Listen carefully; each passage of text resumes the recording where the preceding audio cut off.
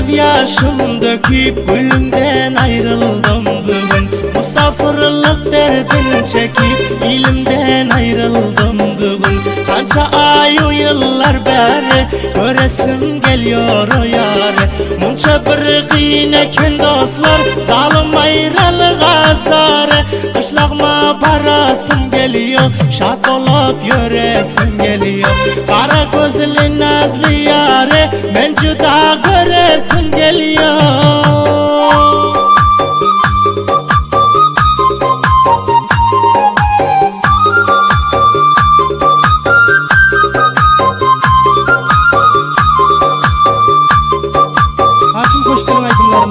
Koçay Birişlardan taze marketlerin Rugaro'yu Ömer Barakşab'ın dükkanından ele getirebilirsiniz. Kalbimde kendir yaralar, tapam yok buna çareler. Bugün ayrılık elinden köp uzak oldu aralar. Gam bilen gül yüzüm soldu, gözlerim yaşlara doldu. Kaçak vaktim benim yarım, yüreğini bağlayıp kaldı. Ben yanı taptım dip baktım, yar boynuna güller taktım. Yar gözüne yaşlar geldi, Huda yarın diyen baktım. Hiç kim yanmasın dostlarım, benim bu yanan oduma. Elim işe batmaz benim, sevgilim düşüp yadıma.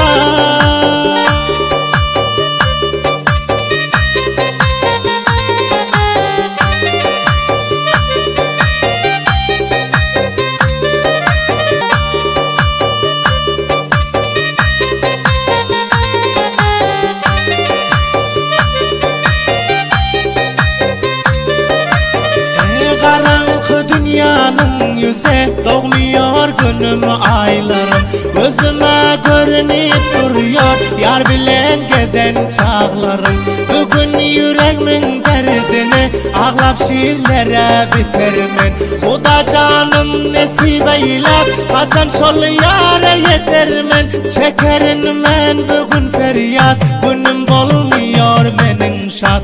Geceler daim atırıyor vefalı yarım yatlap. Tapılmaz dertlere derman, ağlarını şol yarı görmem. Abdülvahhab Fitteş diyen yar yolunda canım kurban.